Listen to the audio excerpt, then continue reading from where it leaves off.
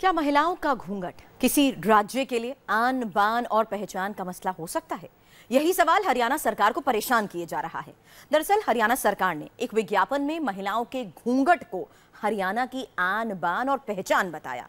इसी पर खट्टर सरकार की भारी फजीहत हो रही है।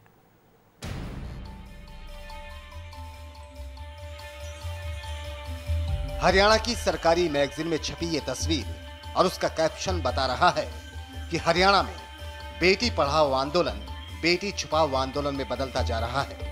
वरना घूंघट जैसी कुप्रथा को हरियाणा की खट्टर सरकार अपनी आन बान और हरियाणा की पहचान न बताती।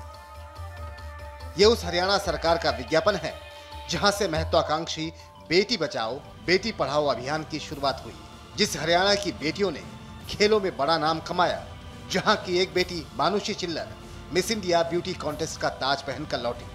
दिलचस्प बात यह है कि ये सरकारी मैगजीन के कवर पेज पर सीएम मनोहर लाल खट्टर की एक बड़ी सी स्माइल वाली फोटो लगी है और इसी के आखिरी पेज पर सिर पर मवेशियों को चारा ढोकर ले जा रही महिला की तस्वीर छपी है, जिसका पूरा चेहरा चुन्नी से ढका हुआ है।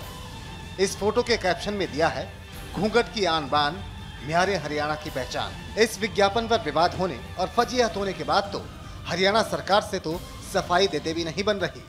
मैगजीन पर जो तस्वीर है वो ये कहीं नहीं कह रही है कि घूंघट करना कंपलसरी है, वो खाली डिपिक्ट कर रही है। कहीं पर ये नहीं कहा गया कि घूंघट करना अनिवार्य है, जैसे बुर्का अनिवार्य होता है। कुछ जगह पर हमारे हरियाणा में अनिवार्य नहीं है, कुछ लोग स्वेच्छा से करते हैं तो उनका भी सम्मान किया जाता है। सुना आपने, हरियाणा सरकार के मंत्री से परंपरा का सम्मान का जामा पहना रहे हैं, लेकिन विरोधियों ने इस तस्वीर के बहाने हरियाणा की बीजेपी सरकार पर हमले तेज कर दिए हैं। दोहरा चेहरा और दोहरा चरित्र ये भाजपा की पहचान बन चुका है और उनकी दोहरी मानसिकता महिलाओं को लेकर सामने आती है। एक तरफ वो बेटियों को बचाने की बात करते हैं, पढ़ाने की बात करते हैं, और दूसरी तरफ इस चरित्र के द्वारा वो बेटियों को छिपाने की बात कर रहे हैं। हम घूंघट बढ़ाने के लिए प्रोत्साहित तो नहीं कर रहे हैं, हम ये तो नहीं कह रहे हैं कि घूंघट करना चाहिए या घूंघट करना जरूरी है, हम ये नहीं कर रहे हैं। लेकिन परंपरा है, कुछ लोग स्वेच्छा से उस परंपरा को निभा रहे हैं, उनका भी सम्मान कर रहे हैं। हरियाणा सरकार चाहे अब कितनी भी सफाई दे, घूंघट जैसी कुप्रथा की तारीफ करना उसके गले पड़ गया है। आखिर महिलाओं का घूंघट में रहना किसी राज्य की आन बान और पहचान कैसे हो सकती है?